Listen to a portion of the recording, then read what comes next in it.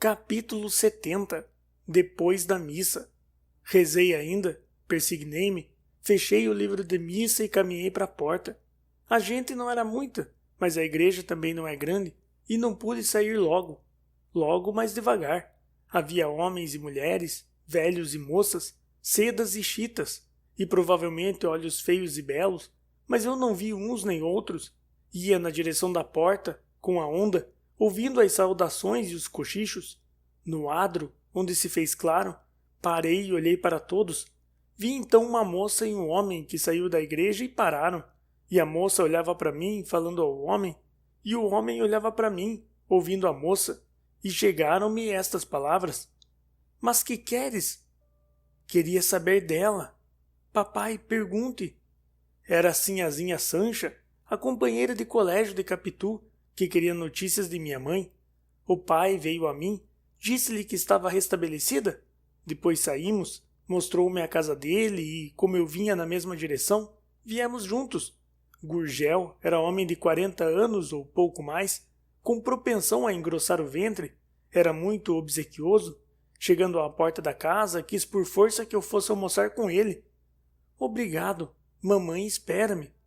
Manda-se lá um preto dizer que o senhor fica almoçando, irá mais tarde. Venho outro dia. Sinhazinha Sancha, voltada para o pai, ouvia e esperava. Não era feia, só se lhe podia notar a semelhança do nariz, que também acabava grosso, mas afeições que tiram a graça de uns para dá-la a outros. Vestia simples. Gurgel era viúvo e morria pela filha. Como eu recusasse o almoço, quis que descansasse alguns minutos. Não pude recusar e subi. Quis saber a minha idade, os meus estudos, a minha fé, e dava-me conselhos para o caso de vir a ser padre. Disse-me o número do armazém, Rua da Quitanda. Enfim, despedi-me, veio ao patamar da escada. A filha deu-me recomendações para Capitu e para minha mãe. Da rua olhei para cima. O pai estava à janela e fez-me um gesto largo de despedida. Capítulo 71. Visita de Escobar. Em casa tinham já mentido, dizendo à minha mãe que eu voltara e estava mudando de roupa. A missa das 8 já há de ter acabado. Bentinho devia estar de volta. Teria acontecido alguma coisa, Mano Cosme? Mandem ver. Assim falava ela, de minuto a minuto. Mas eu entrei e comigo a tranquilidade. Era o dia das boas sensações. Escobar foi visitar-me e saber da saúde de minha mãe. Nunca me visitara até ali, nem as nossas relações estavam já tão estreitas como vieram a ser depois. Mas sabendo a razão da minha saída, 3 dias antes, aproveitou o domingo para ir ter comigo e perguntar se continuava o perigo ou não. Quando lhe disse que não, respirou. Tive receio, disse ele. Os outros souberam? Parece que sim, alguns souberam. Tio Cosme e José Dias gostaram do moço. O agregado disse-lhe que vira uma vez o pai no Rio de Janeiro. Escobar era muito polido e, conquanto falasse mais do que veio a falar depois, ainda assim não era tanto como os rapazes da nossa idade. Naquele dia achei-o um pouco mais expansivo que de costume. Tio Cosme quis que jantasse conosco. Escobar refletiu um instante e acabou dizendo que o correspondente do pai esperava por ele. Eu, lembrando-me das palavras do Gurgel, repeti-as. Manda-se lá um preto dizer que o senhor janta aqui e irá depois. Tanto incômodo? Incômodo nenhum, interveio tio Cosme.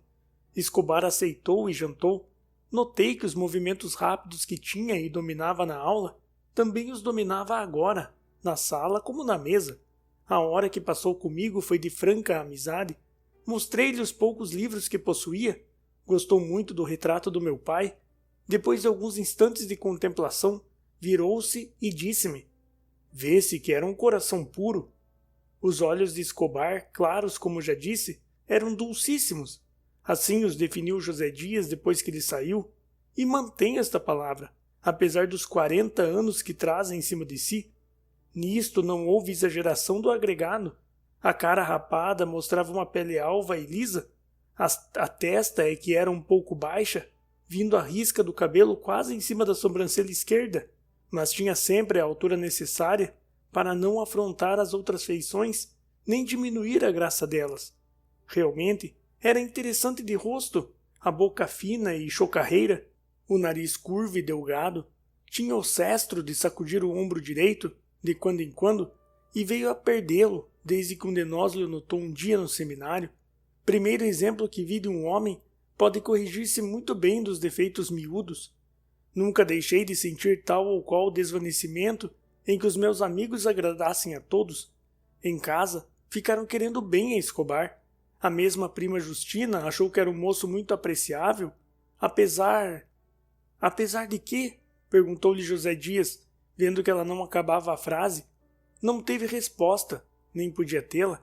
Prima Justina provavelmente não viu defeito claro ou importante no nosso hóspede. O apesar era uma espécie de ressalva para algum que lhe viesse a descobrir um dia, ou então foi obra de uso velho que a levou a restringir onde não achara restrição. Escobar despediu-se logo depois de jantar. Fui levá-lo à porta onde esperamos a passagem de um ônibus. Disse-me que o armazém do correspondente era na Rua dos Pescadores e ficava aberto até às 9 horas. Ele é que se não queria demorar fora. Separamo-nos com muito afeto. Ele, de dentro do ônibus, ainda me disse adeus com a mão. Conservei-me à porta, a ver se ao longe ainda olharia para trás, mas não olhou. Que amigo é esse tamanho? Perguntou alguém de uma janela ao pé. Não é preciso dizer que era Capitu. São coisas que se adivinham na vida, como nos livros, sejam romances, sejam histórias verdadeiras. Era Capitu que nos espreitara desde algum tempo, por dentro da veneziana, e agora abrira inteiramente a janela e aparecera. Viu as nossas despedidas tão rasgadas e afetuosas, e quis saber quem era que me merecia tanto. É o Escobar, disse eu, indo pôr-me embaixo da janela, a olhar para cima. Capítulo 72. Uma reforma dramática. Nem eu, nem tu, nem ela, nem qualquer outra pessoa desta história poderia responder mais. Tão certo é que o destino, como todos os dramaturgos, não anuncia as peripécias nem o desfecho. Eles chegam a seu tempo até que o pano cai, apagam-se as luzes e os espectadores vão dormir.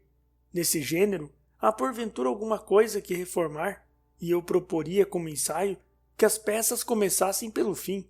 Otelo mataria a si e a Desdémona no primeiro ato. Os 3 seguintes seriam dados à ação lenta e descrescente do ciúme, e o último ficaria só com as cenas iniciais da ameaça dos turcos, as explicações de Otelo e Desdémona e o bom conselho do fino Iago. Mete dinheiro na bolsa. Desta maneira, o espectador, por um lado, acharia no teatro a charada habitual que os periódicos lhe dão, porque os últimos atos explicam o desfecho do primeiro, espécie de conceito, e, por outro lado, ia para a cama com uma boa impressão de ternura e de amor. Ela amou o que me afligira, eu amei a piedade dela.